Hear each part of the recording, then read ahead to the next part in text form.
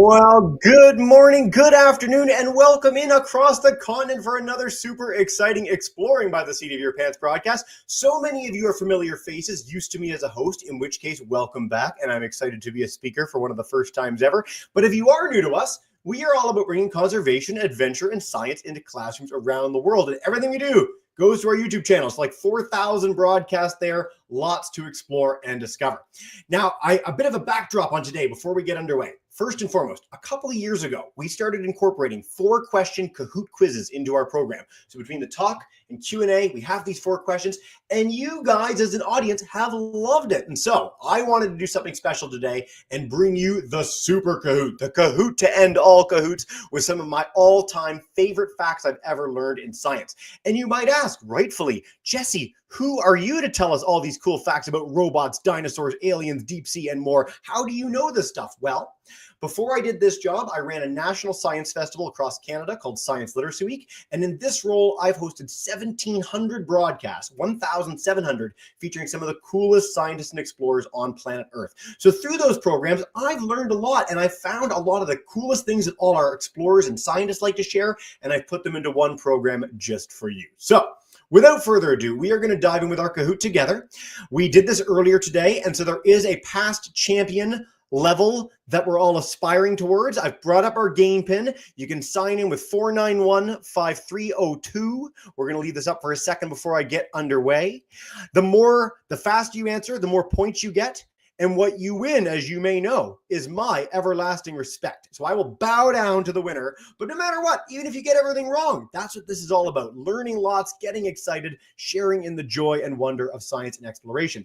And before I get started, in just a few seconds, I just want to say, Mrs. Dennison's class, you've got the tech working. Way to go in the background. You should be good for an epic Q&A.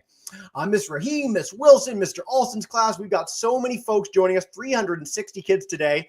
And if you all joined us on Kahoot independently, it would be the biggest Kahoot in our history. So we'll see how many of you there end up being. There were 135 earlier today.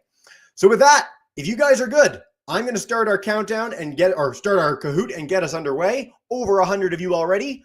Let's do this thing and have some fun with some of the coolest facts in science. All right. Drum roll, please. I'm so excited to dive in with this again. I can't wait for you all. All right. 3, 2, 1. Question 1. This is the James Webb Space Telescope Ultra Deep Field. What is it a picture of? Take a look at the picture. Are those stars? Are those deep sea glowing creatures? Are those galaxies? Or we don't know. We have no idea what that is. We've actually featured a lot of programs on the James Webb Space Telescope. It's like the coolest toy we've ever put in space ever. It's like the most amazing science tool of all time. So I'm curious what you guys think. This is my favorite image in all of science, and most of you got it wrong. Oh, stars is a really good guess. Really good guess. When you look out at the night sky, you see stars, just like in our next picture. So let's see. Decisive Mouse has our lead after question 1. When you see a picture like this one, those are stars. This is our Milky Way galaxy. This is the galaxy that we are a part of. But in that last picture, those are all galaxies, and which means that each one of those is as big as our galaxy with hundreds of billions of stars. If you held a grain of sand this big in your hand and you held it as far as you could from your eye and you looked, that tiny little patch of sky, imagine looking through that tiny little patch of sky the size of that grain of sand. When we point a big telescope at a patch of sky that small, we see like 1,000 galaxies. And that's true of every other patch of sky. There are billions and billions of galaxies, each with billions and billions of stars. That is mind-blowing. It makes us understand how small we are in the context of the universe, and that's why it's my favorite image in all of science. All right, question 2. Your body and everything else on Earth, trees, your school, your car, is made of elements. Do we know where those elements came from? Some of you are maybe not quite learning about elements yet, but maybe you've heard of oxygen or hydrogen or carbon. Those are all elements, and they make up everything on Earth. Do we know where those things come from? We have no idea, or we do, and it's awesome. Oh, there's 169 of you. Holy. Ooh, nice mix. We do, and it's awesome is the correct answer. Are you guys ready to hear where they're from? Because it's really cool. It's one of the best things ever. All right, let's see. Dynamic Gecko takes our lead. Good job, everybody. 2 questions in. Okay, elements come from stars, and most elements, all the big elements, come from epic star explosions. Stars like push stuff together really, really hard and really, really hot, and that makes elements. And when they explode, the energy of that makes even bigger elements. So stars blow up and send their guts everywhere all over the universe. And then those guts reform and make things like our sun and our planets and us. So your body is literally made of things that were forged in the heart of dying stars. And if there's a cooler fact than that, I don't know what it is. All right. We're only 2 questions in, people. This is pretty exciting. All right. Most scientists involved in space exploration think there are aliens of some kind. This could be like little green men. This could be bacteria. Do most people that work in space think that there's life elsewhere in the universe? And I want to stress, we have never found life elsewhere in the universe. We do not know. There's no life we found on Mars, no life we found on the moon or anywhere else yet. So we're guessing, but with science. So what do we think? Most of you thought true, and that is the correct answer. So let's see what that does to our leaderboard first. All right, Dynamic Gecko keeping our lead. Way to go, Friendly Bear, Big Goat, Creative Lion. You guys got really big too. Fantastic. All right, every astronaut, every astronomer, every space engineer that we have ever featured on this program says, look, space is so big. There's so many galaxies, so many stars, so many planets. There must be life elsewhere. So we haven't found it yet. We keep looking. But everyone that we've ever featured on this program thinks that there's life or aliens elsewhere in the universe. I do too. It's very, very cool. I hope we find them someday. Speaking of which, what are some of the places in our solar system we think that could have alien life? So this is a multi-select. So there's more than one right answer here. It might be all 4. It might be 2. It might be 3. It's at least 1. What do we think? Some of you might not even have heard of these. And that's okay. That's what it's all about in this Kahoot. Mars, Europa, Enceladus, or Titan. Ooh, okay. So the answer is all 4 of them is correct. So anyone who picked all 4, way to go. Mars is our closest planet. We're going to go to Mars. We sent a lot of robots to Mars. Epic Duck takes our lead. Cute lizard. Wow, everyone, the whole leaderboard changed. Way to go, everybody. But Titan, Europa, and Enceladus are moons of Jupiter and Saturn, and they are wonderful worlds. So Enceladus and Europa have big icy crusts, and underneath the ice, there are oceans of water, just like on the Earth. And on Earth, when you find water, there's life every time. So we think, oh, maybe there's other water. Maybe there could be life there. We're trying to find out more about that. And Titan is super weird. It's super far away and it's super cold. And so they've got lakes and oceans too, but their lakes and oceans are made of like methane. So like gas here on Earth turns into liquid on Titan. And there's these whole like petrochemical oceans, which is crazy. We don't know what could possibly live there. But one day we're going to go and find out if there might be something, which is very, very cool. All right. Proxima Centauri, which is going to be really unfamiliar to most of you, is our closest neighbor star. The sun is a star, and Proxima Centauri is the next closest star to us. How long would it take our fastest spaceship to get there? 20 days, 20 weeks, 20 years, or 20,000 years plus? What do we think? It's like, God, it's right next door. It's our neighbor. If you go to your neighbor building or house, you know, that's pretty close. Is that what it's like with our star? What do we think? Ooh, most of you got this right, but this is really tricky. 20,000 years. That's crazy long. Like we send things that go like 500 times as fast as a rifle bullet, and it would take 20,000 years to get to the closest star. Cute lizard takes our lead. That's crazy. All right, way to go, everybody. So it's a really long way. This is why when we say, oh, we think there are aliens, but oh, we haven't heard about any of them. There's no spaceships. There's no anything else. What's the deal? Well, the deal is that space is huge. It's really, really huge. Like it took 30 years for a spacecraft from the Earth just to get outside of the path of like the sun, which is like 1/100th the way to the next star. So it's a crazy long distance. So even if there's lots of life, even if there were aliens next door, they might not know we're here. We might not know they're here. That's one of the great joys of space exploration and science. All right, question number 6, I think. We see the moon every night. How did it form? I love this question. I can't wait to show you the video in a second. It's going to blow your minds. Okay, has the moon always been there? Is it an asteroid that flew by the Earth and the Earth captured it? Did it form at the same time as the Earth? Or, and my enthusiasm might give this away, is it a chunk of the Earth that blew off during an epic space collision? Let's see. 1 second. A lot of you thought it was an asteroid that the Earth's gravity captured, which is really interesting. And we think that some of the moons in our solar system might be like that. But our Earth formed from a giant space collision. I'm going to show you the video in a second. That throws off our leaderboard. Epic Duck, Dynamic Impala, Smiling Horse. You guys have really moved up. Way to go. You ready for this video? You ready to have your minds blown? It's going to take a second to load. This is from NASA, legit what we think happened. Something the size of Mars smashes into the Earth, vaporizes, blows off a huge chunk of the Earth, and that all reforms as our moon, which is insane. And you'll notice it looks like such a liquid because when things that big smash together in space, they don't act like solids anymore. They like tear each other apart through the sheer force of their gravity. So this would have happened billions and billions of years ago, but is just insane. One of the coolest visualizations ever. Here it is, up close again, slow. And then we'll go to the next question. Look at it. Look how they become like liquids. Get ready. Whoa. Like, it rocks. I love it. Okay.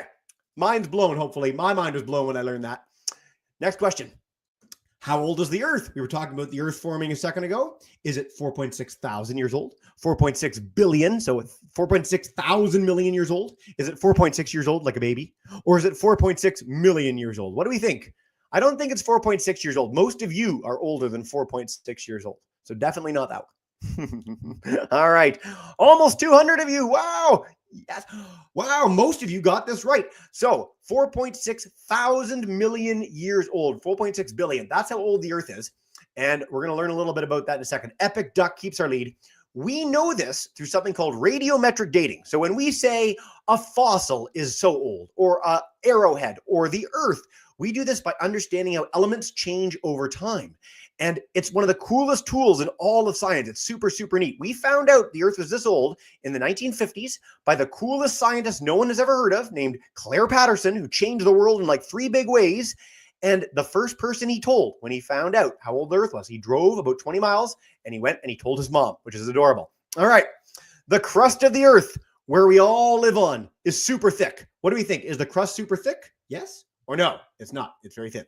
What do we think? This image, I will say, actually gets the proportions wrong, but maybe wrong in not the way that you think it would be. So 5 more seconds. Over 200 of you in this Kahoot. That's crazy. I love it. All right.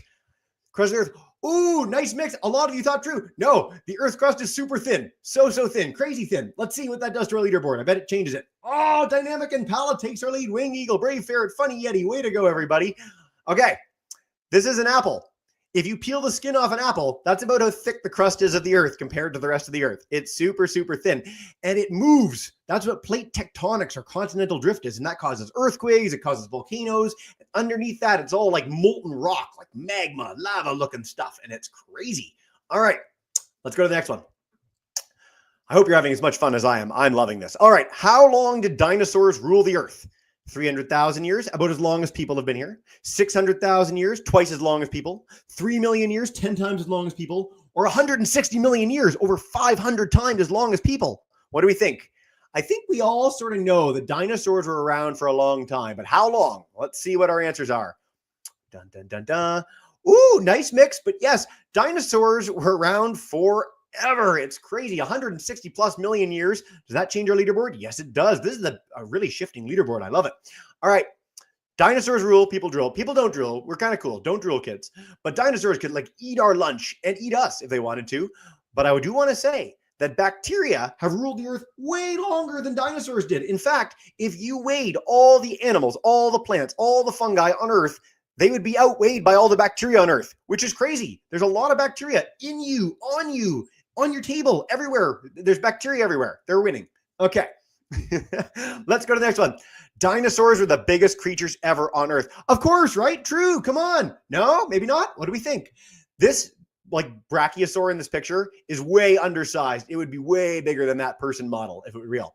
But we all know dinosaurs are big.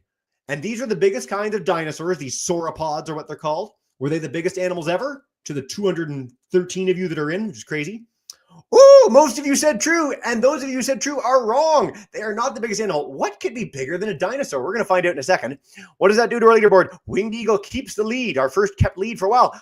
Blue whales. You can go see a blue whale right now. You can see an animal that dwarfs the biggest dinosaur, and I want to harp on these facts. Its heart is the size of a car. Its tongue is the size of an elephant. You can swim through their arteries, and its tail is wider than your whole classroom. Look, end to end of your classroom, the blue whale's tail is longer than that. Crazy big animal. I love blue whales. I'd love to see a blue whale one day. All right. What wiped out the dinosaurs? What do we think?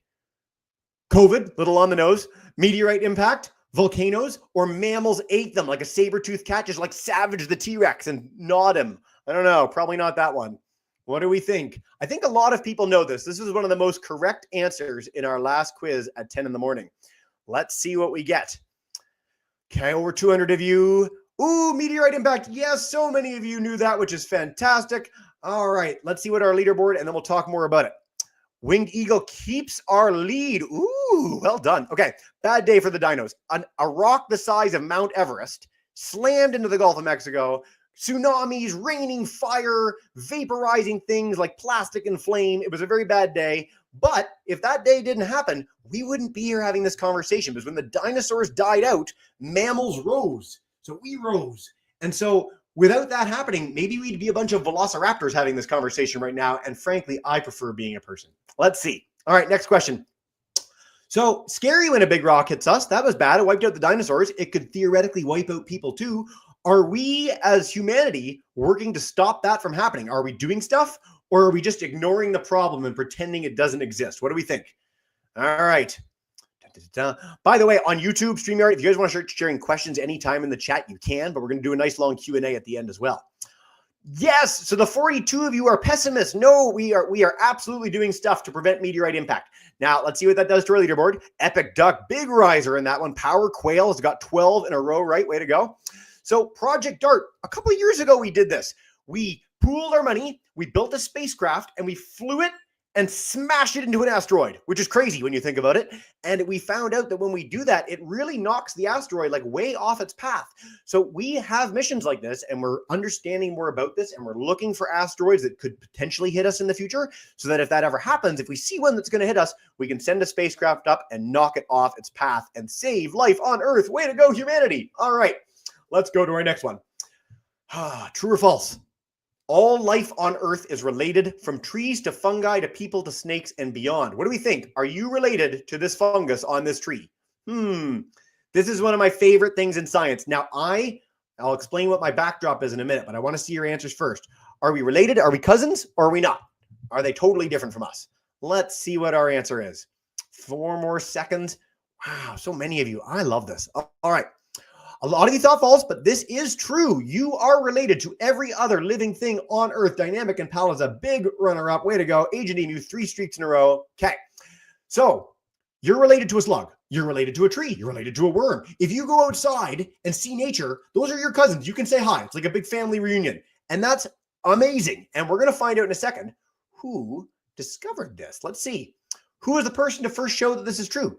These are all big names in science. These are some of the icon scientists of all time. Newton, Einstein, Darwin, or Copernicus. Who is the person who figured out that we are related to all other living things, and all living things are related to each other? Let's see. All right. So excited. All right. Dun, dun, dun, 165. 3 more seconds.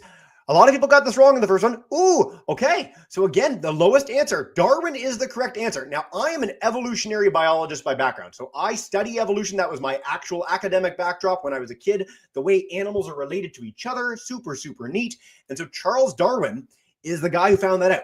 Now, when he was 22, now you guys are in like grade 3, 4, 6, whatever. So 22 sounds super old to you, but ask your teachers. 22 is like a baby. They're super young when you're 22. He got on a ship and went for 5 years around the whole world and took all sorts of observations and notes. And then he got back to England and he talked to all the best scientists in the world. And he wrote a book called The Origin of Species, which helped us understand how life was related. It's one of the most amazing things ever done in science. So now you know Charles Darwin. All right, DNA. This is a thing you're going to learn more about in high school. But it's like a recipe that makes you you. It's the code that makes you up. I have like Jesse DNA. You have like Mr. Alston DNA, Mrs. Dennison DNA.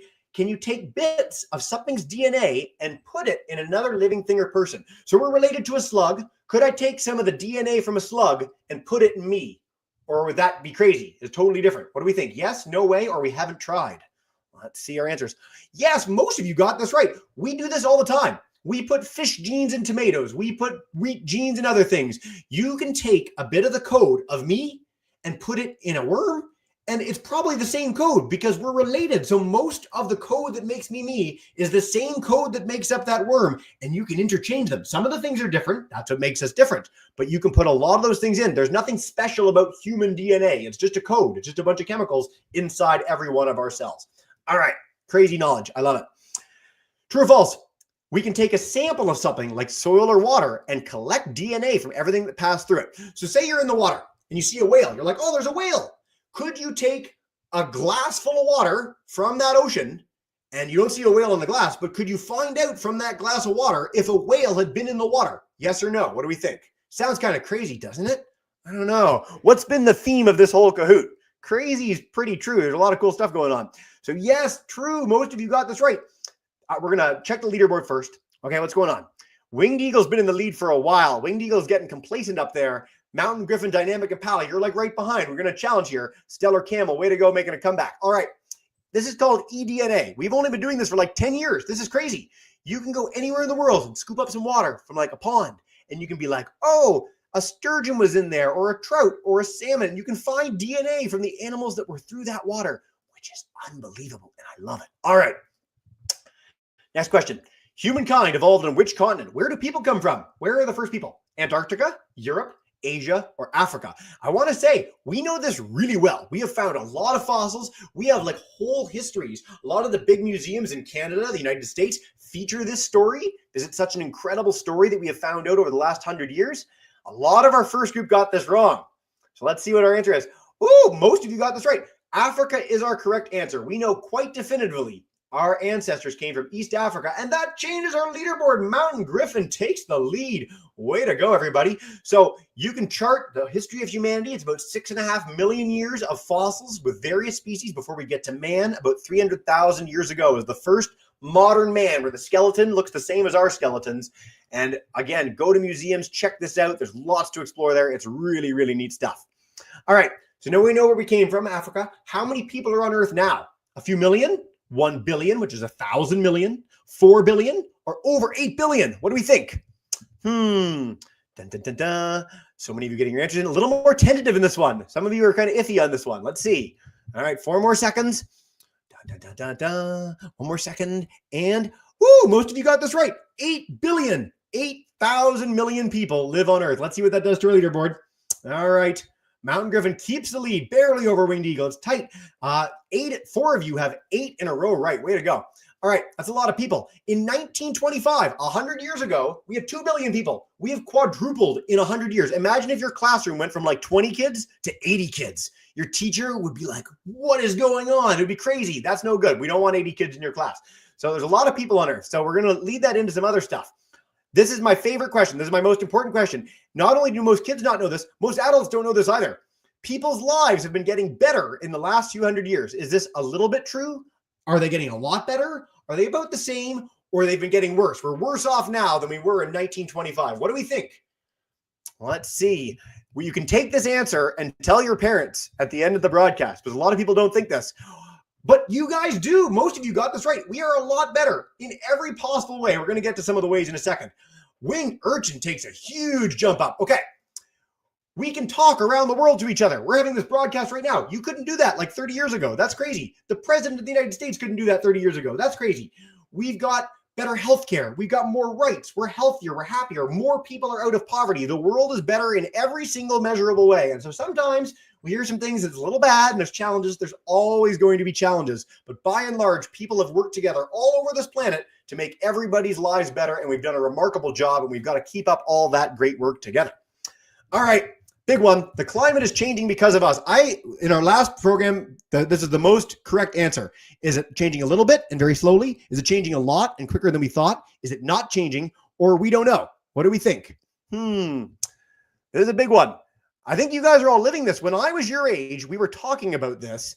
Now you guys get to live where it's happening all the time. So the answer is a lot and quicker than we thought. Yeah. So the last 20 years have been the hottest 20 years. The last 10 years have been the hottest 10 years. There are bigger storms than there have ever been. Most of our cities in the world are adapting to climate change because it's really impacting us all. So we know this. We've known this for almost 100 years. We've really known it for 50 years. And so I'm really glad so many of you know that. And if you don't know it, look into some of the science. The world scientific community has been on board with this collectively together for many, many decades now. So it's very important that you guys know this. All right. A follow-up question. Are we doing nothing to stop climate change or prepare for it? Is this true or false? What do we think? Do you think we're doing lots for climate change, or are we doing nothing? Again, this is one that a lot of people get wrong, including adults. So I like harping on this a lot. Let's see what we get. 5 more seconds. Get those answers in. Okay. Ooh, a lot of you thought false. Okay, well, you are correct. So that's good. Fantastic. Most of you got this right. Now, those of you who thought true, don't be pessimistic. There's reason to be optimistic. Big shifts for some of our leaderboards. Fantastic. We're doing a lot. So we've really started doing a lot in the last 20 years in particular, but the way green energy is rising on this planet, the way communities are working to mitigate the big effects of climate change, the way all our governments get together all the time to talk about how they can do more, sometimes it can seem a little scary and that we're not doing a lot. And I think anyone would tell you, any climate scientist would tell you, we're not going fast enough, but we are doing a lot. There's a lot of really good things happening and it's getting better all the time. So kudos to mankind again. We're trying to make the world a better place. All right, we got some cool deep sea stuff now. The deepest point on the Earth is Challenger Deep. How far down is it? Is it 500 feet down like a building? 2,700 feet down like a really big building? 29,000 feet down like Mount Everest tipped upside down? Or is it over 30,000 feet down? If you've been on a plane, you're over 30,000 feet up, you look down and the Earth looks so small. Is it that far to the bottom of the ocean? What do we think? Most of you got this right. It's over 30,000 feet down, which is crazy deep. All right, Brave Ferret comes up. 23 players have got 3 in a row. Way to go, everybody. So 99% of all the area that things can live in on this planet is in the ocean. That is a lot of deep sea to explore. It's crazy amount of deep ocean and crazy deep. Okay, how many people have been there? Who's been to the bottom of the ocean? Has no one been to the bottom of the ocean? Have 27 people been to the bottom? 500? Or 10,000 people? And we have a base down there, like a super cool underwater marine base. What do we think? 80 answers in, a little more tentative on this one. This was one of the most incorrect questions in our first program earlier today. So I'm really curious what you guys think. Okay. Oh, so many of you thought no one. That's what they thought in the first one. No, 27 people have been to the bottom of the ocean, which is crazy. And most of those we're going to find out very recently. Okay. Captain Stork has the biggest rise. Way to go. Okay.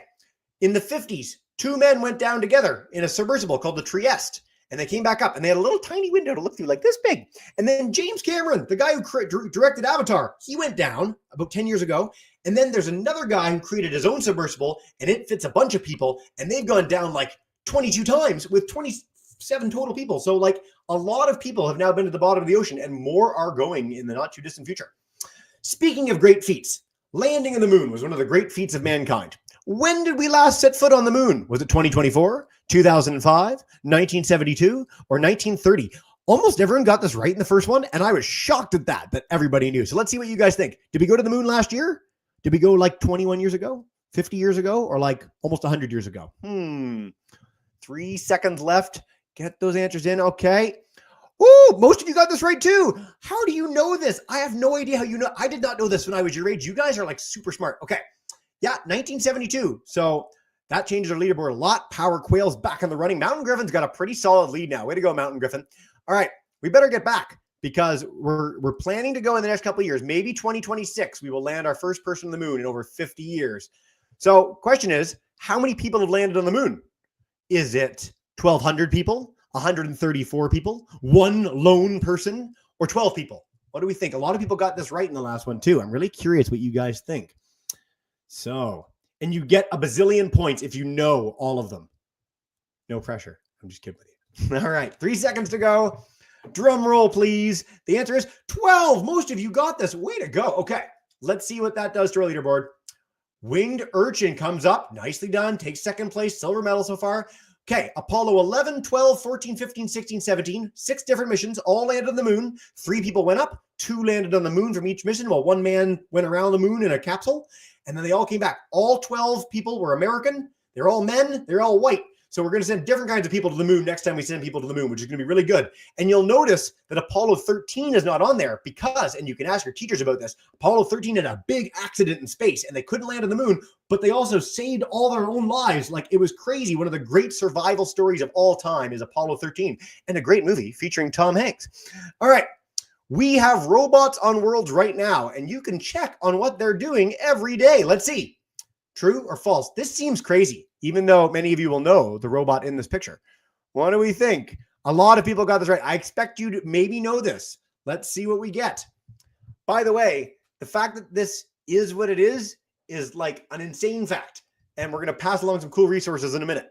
So let's see, of 195, yes, 3/4 of you thought this was true. Yeah, we've got rovers on Mars right now. And like a thing with a little helicopter flying on Mars too. Mountain Griffin has a dominating lead. We got this big race for 2nd through 4th or 2nd through 5th, which I love. You kids are so lucky. you get to live in a world where you can go to like mars.nasa.gov, the coolest site ever, and see a robot on Mars right now and the pictures it's taking today, which is crazy. I hope you do that after this broadcast is done because it's so much fun. All right. We're on our final few questions here. This is very exciting. Every time we look seriously in the sea and in the forest, we find species that are new to science, species that we've never described before. Like, oh, that's a new kind of bug. That's a new kind of fish. Does that happen every time we go to the sea or forest or not? Have we found everything already? That would be false. Then let's see what our answer is. I'm going to say as the answers are coming in, we had a deep sea scientist on a few months back, and we said, how many new species have you found? And she said, I don't know, but she finds so many new species. And most of you got this right. Every time we look, we find new species.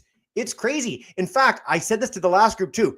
In Denmark, a few years ago, they got all the kids in Denmark going out and collecting moss from their schoolyard. And they sent that moss in like a vial, like a science vial, into a laboratory.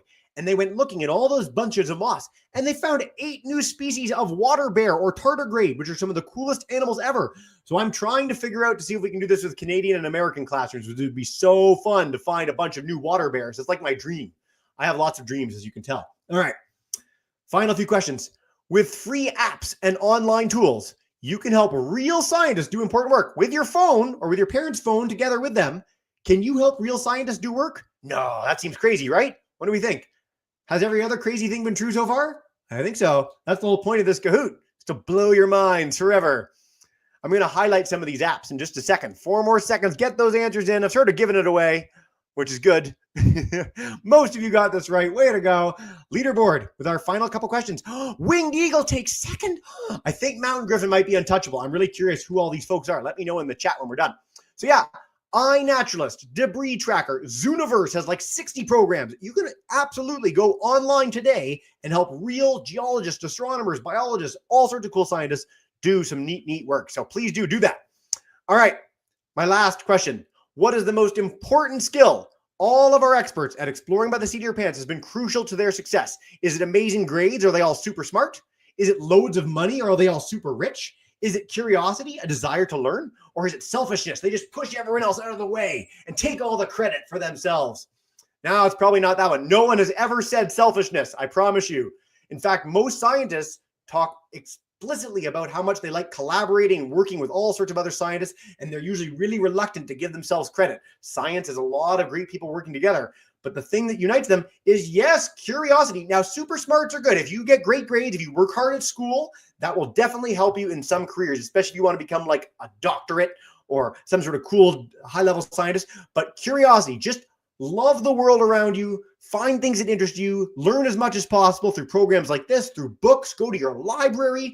All those things go such a long way to helping you succeed and become an expert like the people we have on Exploring by the Seat of Your Pants. So with that said, and please do start sharing questions in the YouTube chat. StreamYard classes, I'm coming to you soon. Let's see what that does to our leaderboard. Winged Urchin is third. Winged Eagle is second. And first, oh, it's so close to our last one too. Okay. Mountain Griffin wins with 22,524 points. So way to go. Awesome. Guys, if you are Mountain Griffin, let us know who you are. We'd love to hear from you in the chat. Okay, we're going to start taking some questions. Mr. Alston's class, Mrs. Dennison's class, put your thinking caps on. I'm going to come to you live in a second. We've got a great one from online, Miss Koss class, grade 4s in California. They wanted to know, how big is an asteroid compared to the Earth? Depends. So in the asteroid belt, so you might have seen images of a spacecraft like flying between asteroids in fiction.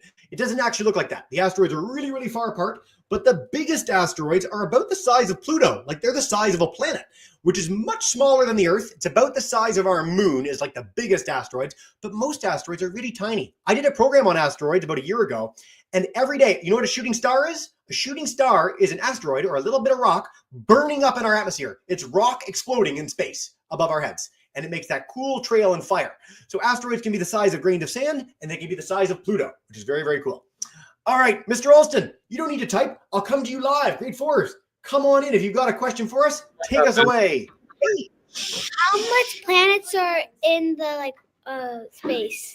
In space, so many planets. So in our solar system, like the one that Earth's in, we have 8 planets. I know, it's controversial for teachers. In the universe, tons. We've already found many tens of thousands of planets, and we've only really just started looking. every time we look, we find new planets.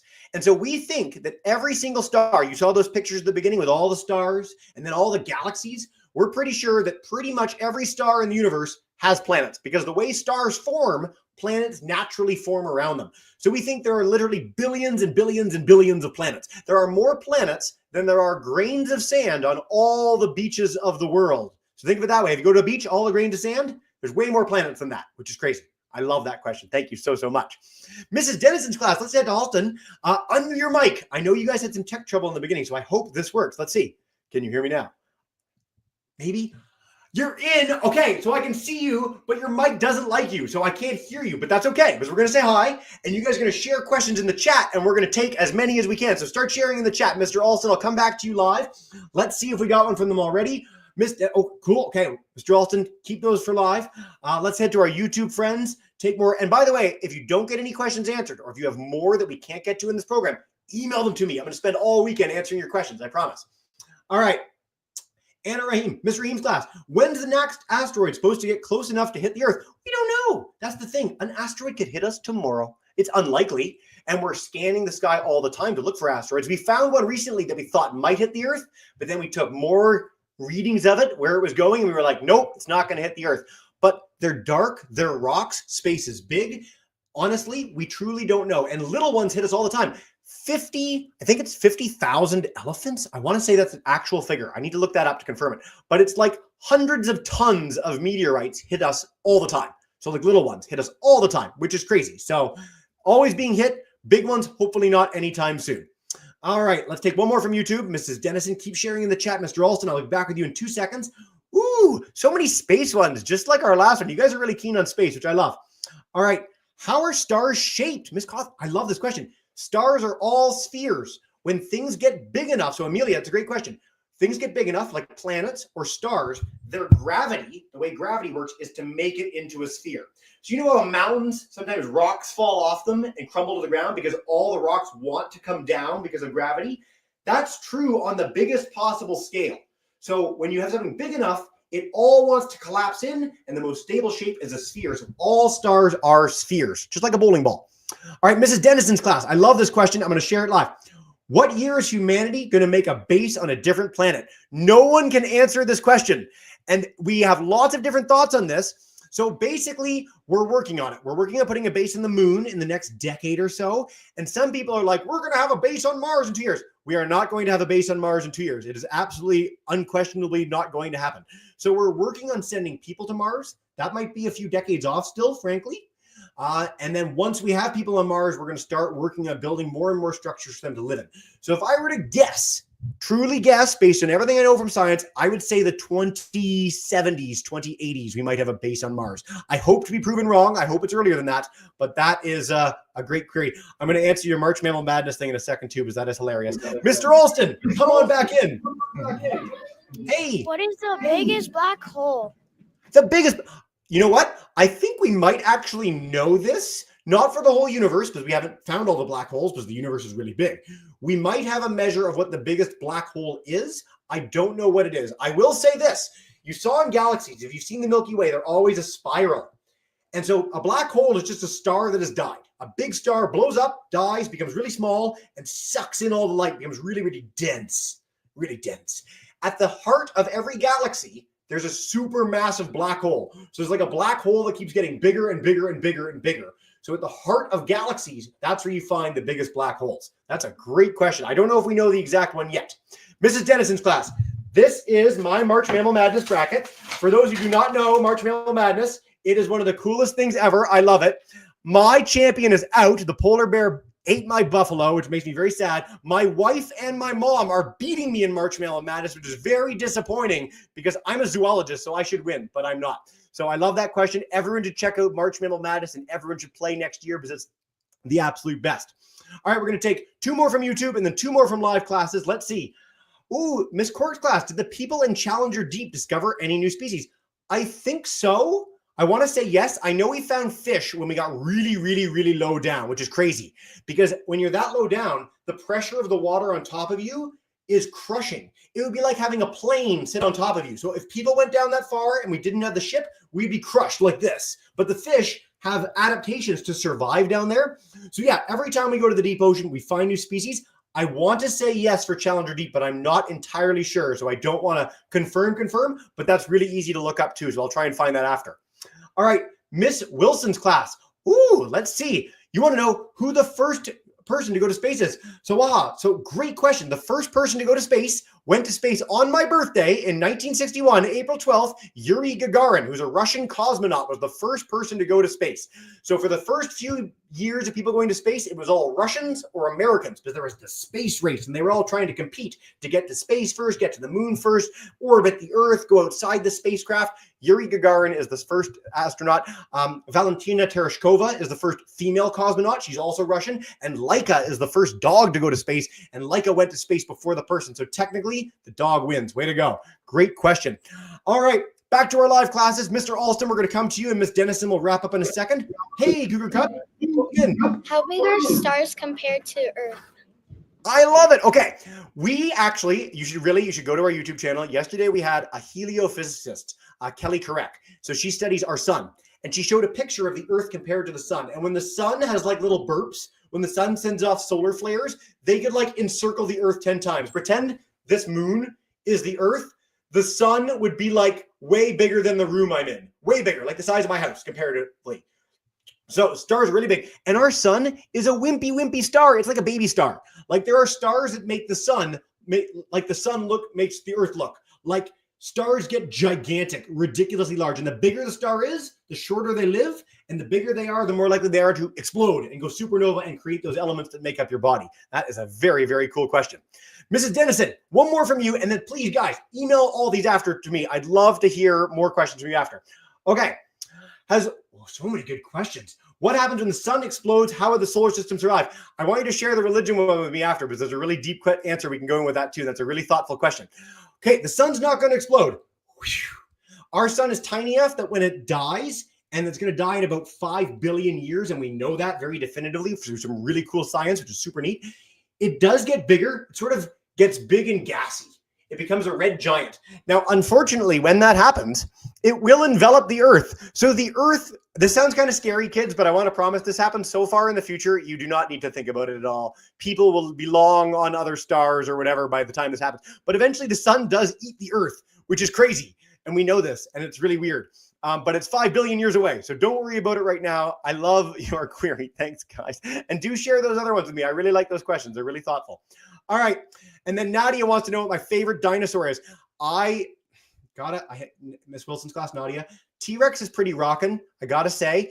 I have a friend of mine. He's going to come on April 11th. His name is Alex Nelson from Club Rex, and he makes dinosaur skulls with 3D printers, and I'm trying to buy one from him. So soon in the backdrop, there might be like a big dinosaur skull, which would be totally awesome. So I'm waiting for that. Fingers crossed. Wish me luck. My birthday's coming up, so I'm hoping to get one.